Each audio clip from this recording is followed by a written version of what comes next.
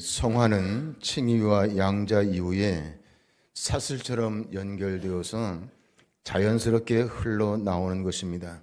성화를 경험할 때 뒤를 돌아보면서 내가 칭의가 되고 양자가 됐구나 하는 것을 알게 되는 겁니다. 우리는 칭의와 양자됨을 확신하게 되는데, 이처럼 성화는 소명부터 시작해서 양자까지 모든 것이 구원이 실질적으로 진행되고 있구나 하는 걸 확인하는 것이 여러분 성화입니다. 그리고 칭의 교리가 얼마나 중요한지 마틴 루터가 칭의 교리는 교회가 서고 넘어지는 교리라고 할 정도로 구원론에서 중요한 교리라고 할 수 있습니다. 그리고 성화는 가장 중요한 구원론의 결과물과 같은 것으로 구원의 도의 정점에 있습니다. 하나님이 우리를 구원하시는 목적인 거룩에 이르게 하는 과정과 같은 것입니다. 곧 창세전에 그리스도 안에서 우리를 택하사 우리로 사랑 안에서 그 앞에 거룩하고 흠이 없게 하시려고, 에베소 1장 4절 말씀인데, 하나님이 창세전에 우리를 예정하신 것은 우리로 하여금 거룩하고 흠이 없게 하시기 위함이라고 했습니다. 우리를 구원하신 이유가 거룩하게 살게 하기 위함이라는 겁니다. 즉 성화된 삶을 살게 하시려고 우리를 구원시키고 그 구원을 완성시키고 있다고 말씀합니다.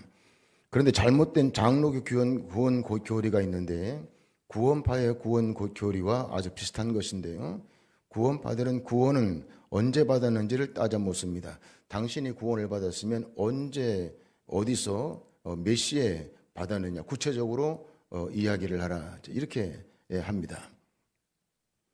이렇게 따져 묻게 되는데, 잘못 이해된 장로교 구원 교리는 굳이 그런 것을 묻지 않을 뿐이지 구원은 이미 과거에 다 받은 것으로 전제한다는 것이 구원파와 같습니다.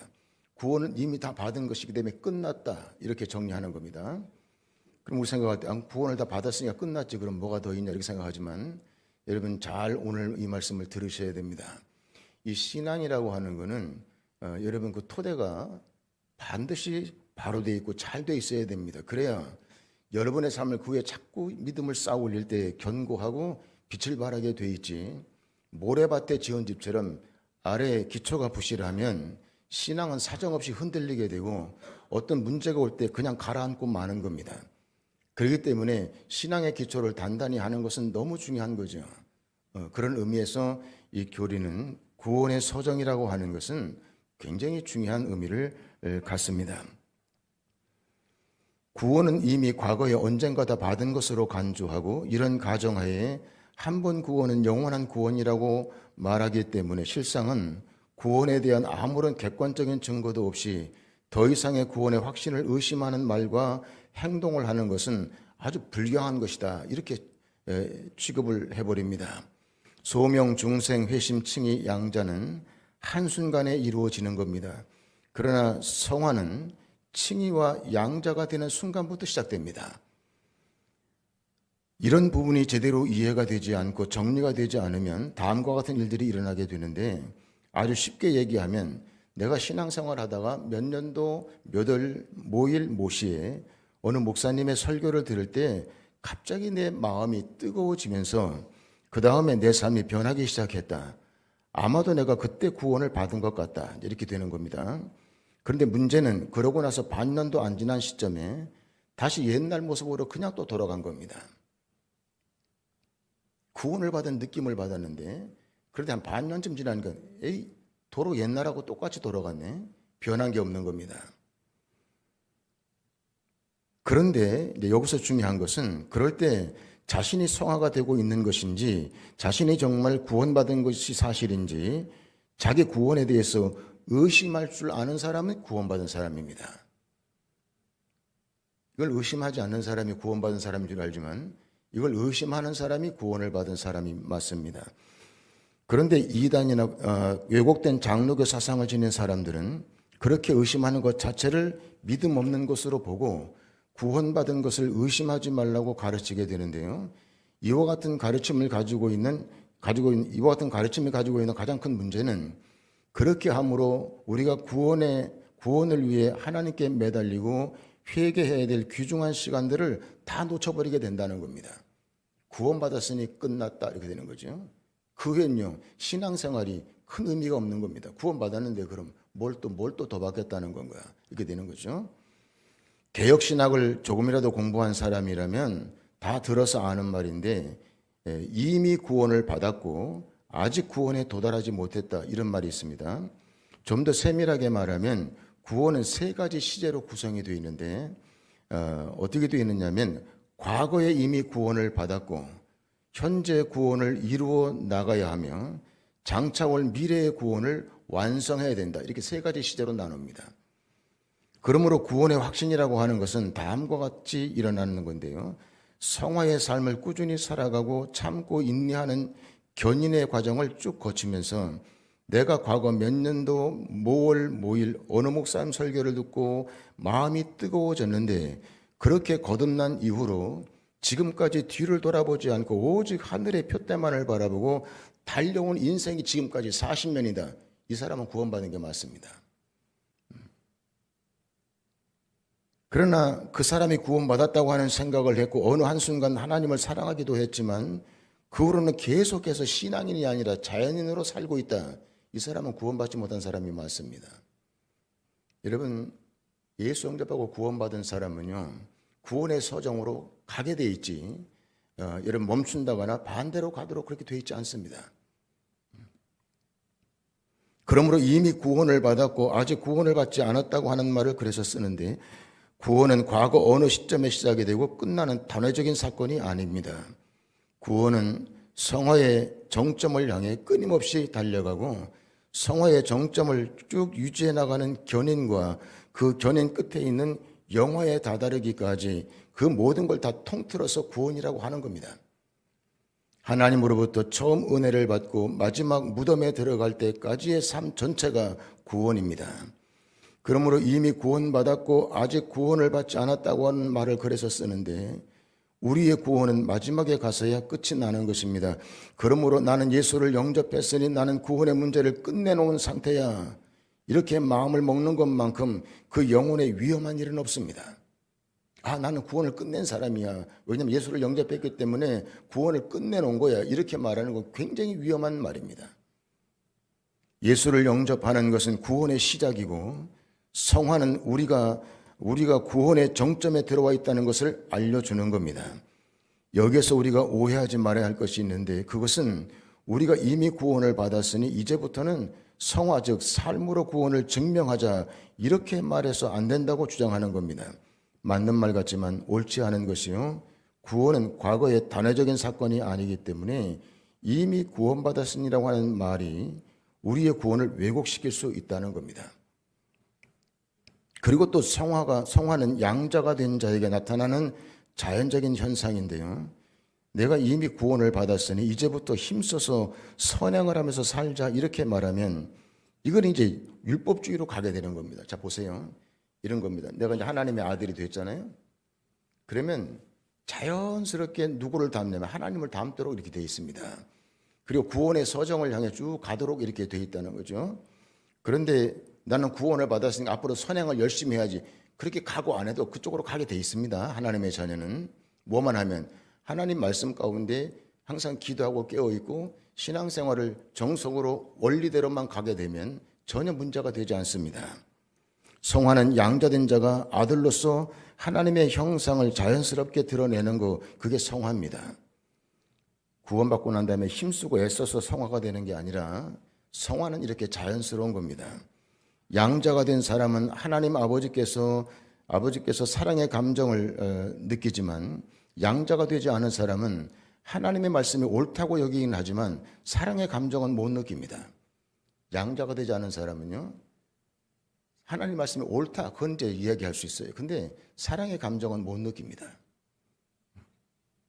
우리가 타인을 대할 때에는 그가 옳은가 그른가로 평가하지만 가족을 대할 때는 그를 사랑으로 대하는 것과 같은 이치입니다. 여러분 가족을 대하는데 옳고 그른 걸로 가족을 대합니까? 가족을 대할 때는 사랑으로 대하는 거지 옳고 그름을 따져서 대하는 게 아닙니다. 하나님 말씀을 듣고 옳고 그름을 따질 수 있어요. 얼마든지. 그러나 양자가 되지 않으면 사랑의 감정을 전혀 느낄 수 없다는 겁니다. 그런 의미에서 성화는 양자, 즉 아들이 된 자들만 가능한 겁니다. 구체적으로 하나님 아버지를 사랑하기 때문에 하나님을 닮아가는 거죠. 우리가 하나님을 사랑하지 않고도 성경 말씀이 옳다고 느낄 수 있습니다. 하나님을 사랑하지 않고도 예수 그리스도의 가르침이 맞다고 할 수 있습니다. 그러므로 하나님을 사랑하지 않는 상태에서 성경을 읽고 공부하고 더 나아가서 그 말씀을 실천하고 순종하는 사람들도 얼마든지 있을 수 있습니다. 그러나 이런 이유로 중생과 회심과 칭의와 양자의 과정을 거치지 않은 사람에게 하나님 말씀을 순종하라고 하면 그 말씀을 순종하지 못할 뿐만 아니라 순종한다고 하더라도 결국에는 율법주의자나 바리새파 같은 그런 종교인이 될 뿐입니다. 바리새인들은 주님을 사랑하지 않는 상태에서 법을 지켰고, 주님을 사랑하지 않는 상태에서 종교 행위를 하고, 주님을 사랑하지 않는 상태에서 선을 베풀었습니다. 그런 그들의 행위를 가장 경계한 분이 누굽니까? 주님이십니다. 바리새인들을 닮으면 안 된다. 그들은 독사의 새끼다. 그렇게 주님이 정죄하지 않았습니까? 바리새인들이 얼마나 바르게 했다고요. 여러분, 바리새인들은 성경대로 살려고 한 사람들입니다. 그런데 주님을 사랑하는 마음은 없습니다. 왜 그럴까요? 양자영을 받지 않았기 때문에 그렇습니다. 여러분, 하나님 사랑하셔서 오늘 성전에 나오셨죠? 맞으면 아멘 하세요? 옳고 그런 걸 따지려고 여기 나오셨어요?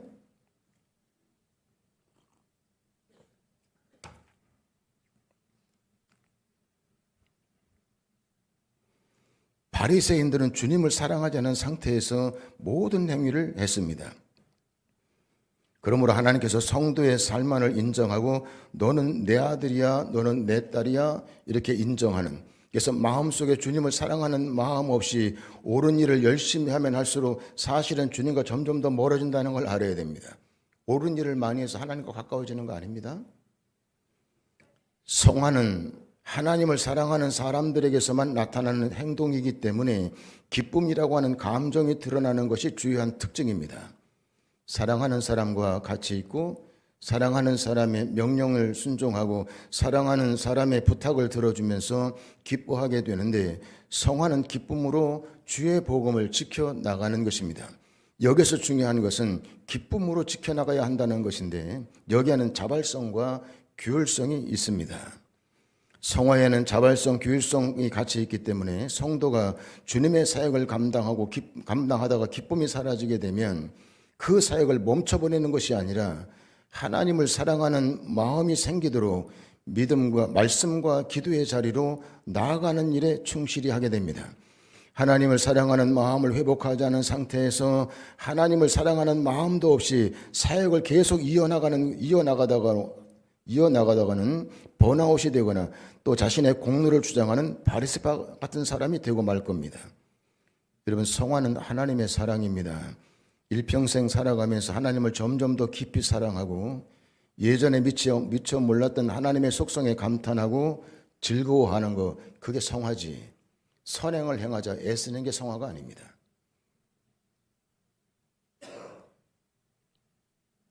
하나님을 사랑하는 마음을 회복하지 않은 상태에서 하나님을 사랑하는 마음도 없이 사역을 계속 이어나가는 건 대단히 위험한 일인 거죠. 성화는 하나님의 사랑입니다. 성화는 물리적인 것이고요. 물리적이라고 하는 뜻은 마음과 몸에 실제로 느껴진다는 거예요. 그러므로 성화는 스스로 강력하게 느끼게 되어 있습니다. 사랑하는 사람은요, 멀리 떨어져 있어도 생각만 하면 가슴이 떨리게 되어 있습니다.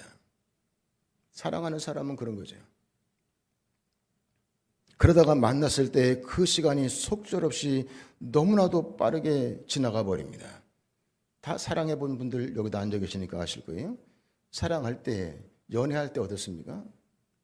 사랑하는 감정은요, 멀리 떨어져 있다고 끊어지지 않습니다. 멀리 떨어지면 더 애달습니다. 우리가 하나님을 사랑하면 그분을 만나고 싶은 게 당연한 거 아닙니까? 하나님을 사랑하면 그분을 만나고 싶은 게 그거는 원칙이고요. 그분과 대화하고 싶고 또 하나님 말씀이 선포되고 그분이 역사하시는 곳에 가고 싶어지게 되는 거죠. 그러므로 실질적으로 이런 모든 감각과 감동이 하나님 앞에서 작동되고 있는가를 돌아봐야 됩니다. 양자가 성화의 과정을 걷는 사람들은 이런 감정이 다 있습니다. 하나님을 빨리 만나고 싶다. 하나님 말씀을 듣고 싶다. 하나님과 예배하는 자리에 함께 참여하고 싶다. 이런 마음이 생기는 거죠. 하루는 스펄전 목사님이 울고 있는 모습을 본 그 아내가 왜 우는지를 물었습니다. 여보, 왜 우세요? 그랬더니 스펄전 목사님이 하시는 말씀이 십자가를 묵상해도 내 마음이 슬퍼지지 않아. 그리고 대답을 했습니다. 십자가를 묵상하는데도 내 마음이 슬퍼지지 않는다는 겁니다. 성도는 주님 때문에 울고 웃게 됩니다. 십자가를 보면 주님의 고난이 생각나 슬퍼지고, 우리 주님이 하늘에 오르서 하늘 우편에 앉아 계신 것을 보면 우리 마음이 그분의 영광으로 가득 차게 됩니다. 그러나 주님을 이론적으로만 알게 되면 이런 것이 안 되는 겁니다. 주님을 이론적으로 아는 사람은 이런 게 불가능합니다. 그런 감정이 생기질 않습니다. 주님을 이론적으로만 아는 사람들은 참된 성화를 이룰 수가 없습니다. 그분을 맛보아 아는 자들만이 성화의 길을 갈 수 있습니다. 칭의는 법적인 것이고요. 성화는 실제적인 것입니다. 칭의는 단번에 이루어지지만 성화는 일평생에 걸쳐 이루어지게 되는데, 이를 두고 견인이라고 말합니다. 성도의 견인, 이렇게 이제 교리적으로 말하는데요. 칭의는 우리를 죄책에서 해방시켜 주지만 성화는 우리를 죄가 지배하는 것을 막아줍니다. 칭의는 정죄에서 우리를 구해주고 성화는 우리가 죄 편에 지배되는 것을 막아줍니다. 칭의는 정죄에서 우리를 구원해주고 성화는 죄의 지배력을 무력화시킵니다. 죄의 지배력을 무력화시킨다고 하는 것은 죄를 안 짓는다는 것이 아니라 죄에 중독되지 않도록 한다는 겁니다. 인간은 누구나 연약해서요. 누구나 다 죄를 짓지만 회개하지 않고 반복적으로 동일한 죄를 짓는 자들은 그 죄에 중독이 되는데, 이런 상태를 가리켜 완전히 죄의 지배를 받는 상태라고 말하는 겁니다. 그러나 하나님의 영이 내 안에 계시고 성화 가운데 들어간 사람은 죄를 끊어낼 수 있게 되는데, 즉 죄의 지배를 받는 사람들은 바늘 도둑이 결국 소도둑이 되지만, 성화의 과정을 가는 사람들은 바늘 도둑에서 회개하고 돌이킴으로 죄를 짓지 않는 단계에 이르게 됩니다. 그게 다릅니다. 성화의 핵심은 하나님을 사랑하는 것이고, 사랑하는 마음이 생기는 것은 우리의 노력으로 되지 않듯이 성화도 하나님이 주시는 은혜로 되는 겁니다. 그러면 그날 후에 내가 이스라엘 집과 맺은 언약은 이러하니 곧 내가 나의 법을 그들의 속에 두며 그들의 마음에 기록하여 나는 그들의 하나님이 되고 그들은 내 백성이 될 것이라. 여호와의 말씀이니라. 우리가 하나님의 법을 즐거워하고 그 법을 들을 때마다 기뻐하는 이유는 하나님이 그 법을 우리 마음에 심어주셨기 때문에 그렇답니다. 그러므로 성화는 은혜인 겁니다. 특히 칭의는 은혜로 받지만 성화는 인간의 노력이 필요하다고 하는데, 이 부분에서도 많은 오해들이 발생하게 됩니다. 물론 성화에도 인간의 노력이 필요한 건 사실입니다. 예를 들면 우리가 부모님을 사랑하고 자녀를 사랑하는 것은 노력의 결과물이 아니죠. 부모를 사랑하는 게 노력의 결과물 아닙니다. 그건 당연한 겁니다.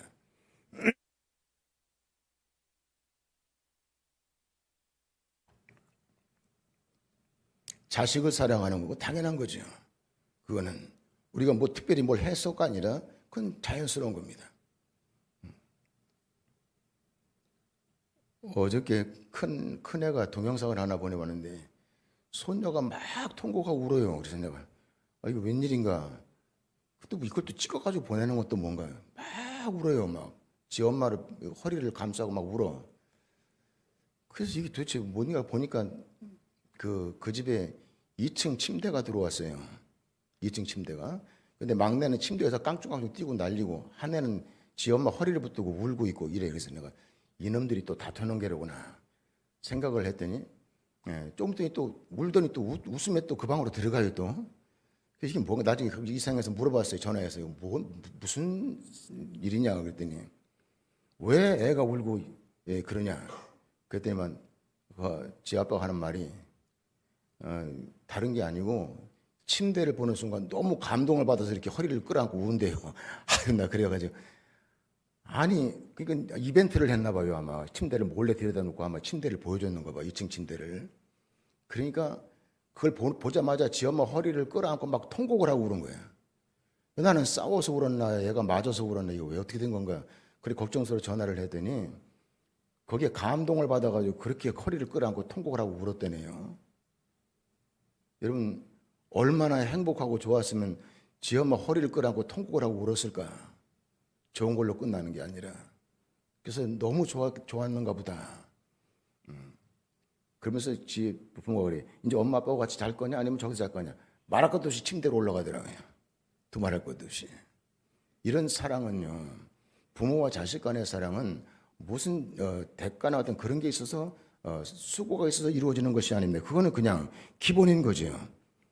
그런데 그 외에 어떤 기념일에 대해서 선물을 주려고 하면 그건 이제 시간과 돈을 들여 선물을 사는 노력에 들어가게 되죠. 이런 부분은 노력의 결과물이 될 수 있습니다. 그러나 부모와 자식, 자식과 부모의 관계는 그냥 기본적으로 사랑하도록 그렇게 돼 있습니다. 양자의 과정을 거쳐 성화의 과정을 가는 사람은 이런 과정에 들어와 있는 사람들이라는 겁니다. 뭘 시켜서 하고 시키지 않아서 안 하고 이런 게 아니라 그 아버지의 아들인 거예요. 그것도 그 아들의 아버지가 하나님이신 거죠. 하나님의 자녀로서의 순종과 종의 영으로서의 순종의 차이는 기쁨이 있느냐 없느냐의 차이인 겁니다. 둘 다 같은 노력과 공로가 들어갈지라도 성화는 사랑하는 사람의 섬김을 받고 기뻐할 것을 생각하기에 그 섬김이 힘들기는커녕 기쁨이고 즐거움이 되는 겁니다. 종의 영으로서 하는 순종은 의무이자 동시에 공로가 되지만 성화는 우리를 향한 하나님의 사랑에 대한 사랑으로서의 반응입니다. 성화의 과정을 걷는 사람은 절대로 부담을 가지고 끌려가는 사람은 없습니다. 다 자원하게 돼 있고 뭘 조금 하나를 해도 그게 기쁘고 감사하고 주를 위해서 헌신한 것이 더 힘이 들어도 힘이 든 만큼 더 감사하고 더 기쁘고 그런 겁니다.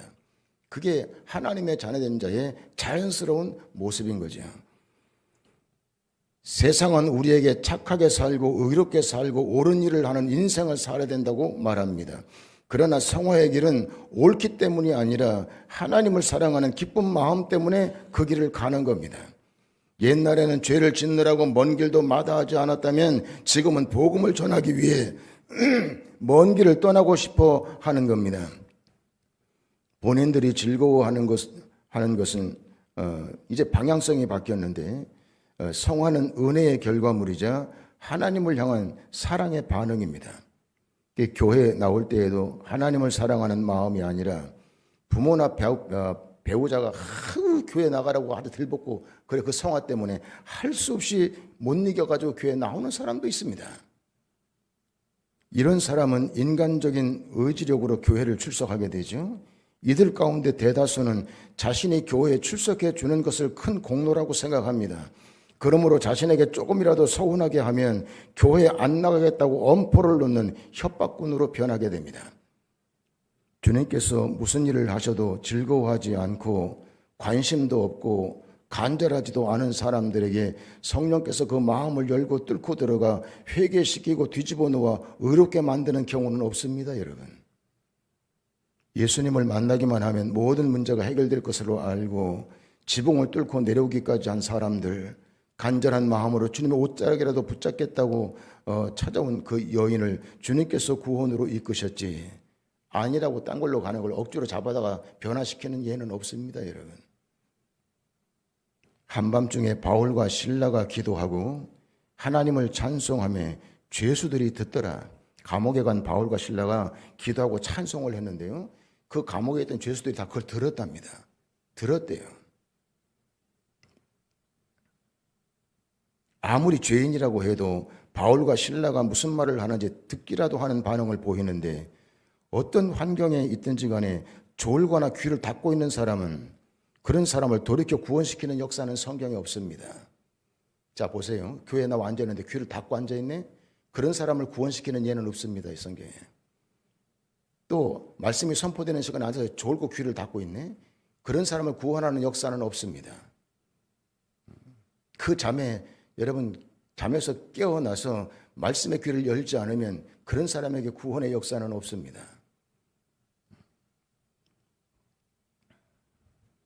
이처럼 예배에 의무적으로 나와서 매주 절고 있는 사람들 가운데 거듭나서 성화의 길로 가는 사람은 거의 저는 본 적이 없습니다. 다 그래도 하나님 말씀에 귀를 열고 듣고 있지. 그냥 귀 딱 닫고 앉아서 그냥 시종 땡 시작하면 그냥 자가지고 땡 하고 찬송할 때 이제 마지막 축도할 때 눈 뜨고 일어나는 그런 사람이 구원받고 여러분 은혜 받는 예는 전 본 적이 없습니다.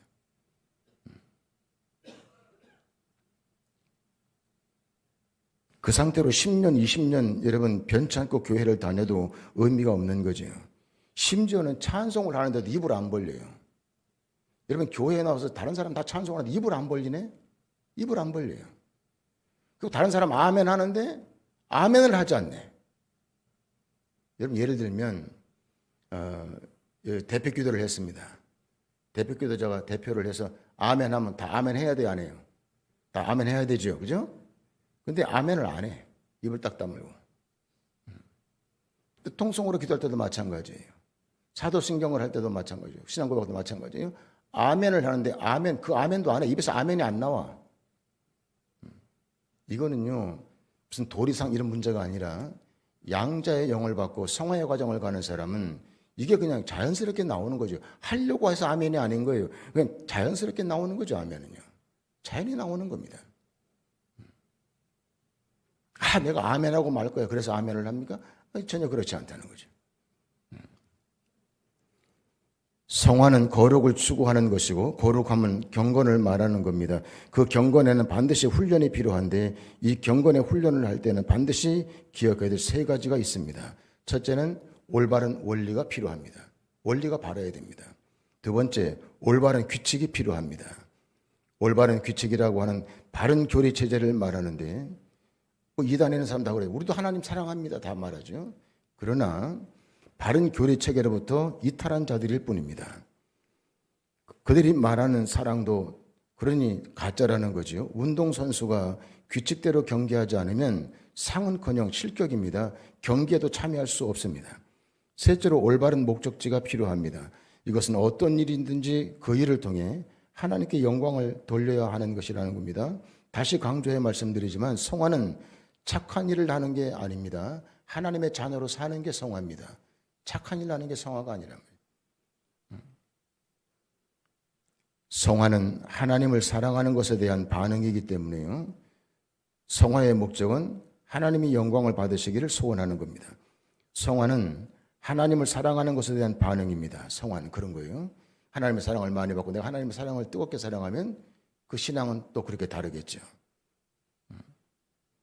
두 사람이 아무리 똑같은 일을 하더라도 한 사람은 자신의 의지적인 마음으로 하고 다른 사람은 하나님께 영광을 돌리기 위해서 한다면 구원을 이루는 데 있어서 전혀 다른 것이 되는 겁니다. 즉 전자는 성화가 아니라는 겁니다. 진정한 성화는 하나님을 사랑하는 마음으로 가는 것, 그게 성화입니다. 양자의 영이 들어오지 않으면 우리는 하나님을 사랑할 수 없습니다. 여러분 사랑이라고 하는 거는요. 내가 사랑하고 말 거야. 내가 사랑하고 말 거야. 내가 죽어도 사랑할 거야. 이래서 사랑이 되는 게 아닙니다. 사랑은 안에서 자연스럽게 생기는 거거든요.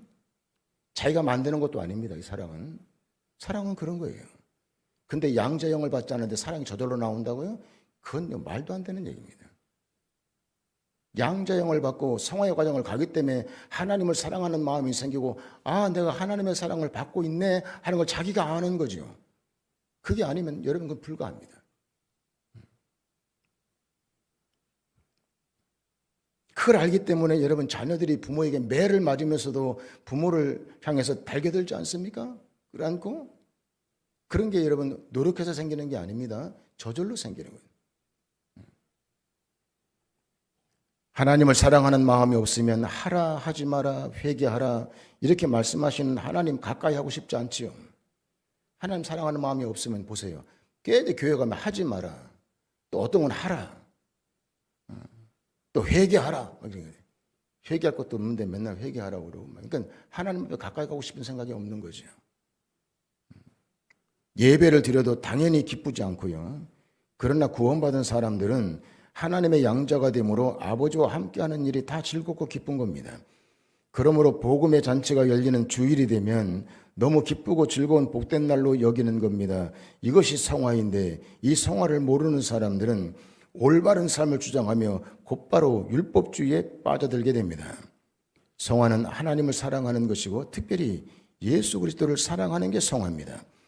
우리가 구원의 도가 갖고 있는 매력에 빠져서 누가 시키지 않아도 말씀을 보고, 누가 시키지 않아도 말씀에 맞게 기도하고, 누가 감독하지 않아도 순종하고, 누가 감독하지 않아도 자원해서 헌신한다고 하는 것이, 이게 바로 성화입니다. 이것이 여러분들 삶에 반드시 드러날 수 있게 되기를 바랍니다. 이 삶이 드러나는 신앙의 사람은요, 지금 성화의 과정을 정상적으로 가고 있는 사람이 맞습니다. 그러니까 다른 거 갖고 자꾸 기준 삼지 말고, 내가 지금 하나님의 양자형을 받고 성화의 과정을 가고 있는 사람이냐 하는 걸 내 삶으로 확인할 수 있어야 됩니다. 아, 나는 예수 영접 옛날에 몇 년도 했으니까 다 이제 구원은 끝났다, 이걸로 땡치는 게 아닙니다. 신앙은 그때부터가 시작입니다. 그때부터가 시작입니다. 언제까지? 주님 앞에 가는 날까지. 구원은 그 전체를 다 가지고 이야기하는 거지, 하도 막 뚝 잘라가지고 구원을 얘기하는 게 아닙니다. 그러니까 여기에 대한 오해가 있으면요, 구원받았지 한 번 구원받았으면, 죄사함 받았으면 더 이상 죄사함 받을 게 없다 이래가지고, 자기 나는 의인이다 그래가지고 뭐 잘못해도 인정도 안 하고, 여러분 잘못된 길로 가는 사람들이 얼마나 많은지 모릅니다. 여러분 정상적인 신앙을 가지고 겸손한 신앙의 사람은 조그만 것도 다 자기 부족함을 알고 하나님 앞에 엎드려 회개할 줄 알고, 상대방을 인정할 줄 알고, 배려할 줄 알고, 상대방의 지적도 기꺼이 받아들일 줄 아는 그런 겸손함이 있습니다. 그런데 나는 구원받았으니 됐다, 이건 잘못된 겁니다. 여러분들의 삶에 나는 정상적으로 성화의 과정을 가고 있는 사람이 맞구나, 이것만 캐치되면 문제될 게 아무것도 없다는 거죠. 사단이 여러분 역사하고 여러분 삶에 틈타지 못하게 될 줄로 믿습니다. 정상적인 성화의 길을 가는 성도가 다 되시기를 주님의 이름으로 축복합니다. 기도하겠습니다. 하나님 아버지, 은혜를 감사합니다. 귀한 시간 허락하신 말씀을 통해 성화의 과정을 걸어가는 삶의 모습을 함께 말씀을 통해 상고했습니다. 사랑하는 성도들이 이제는 양자의 영을 받아 하나님의 자녀가 되고, 그리고 성화의 과정을 걸어가고 있는 그 거룩한 자리에 있음을 모두가 다 깨닫고 인지하게 도와주셔서 그들의 섬김과 그들의 발걸음과 그들의 삶 자체가 날마다 저 천성을 향해 가는데 조금 더 부족하지 아니하도록 하나님 은혜를 베풀어 주옵소서. 예수님의 이름으로 기도하옵나이다. 아멘.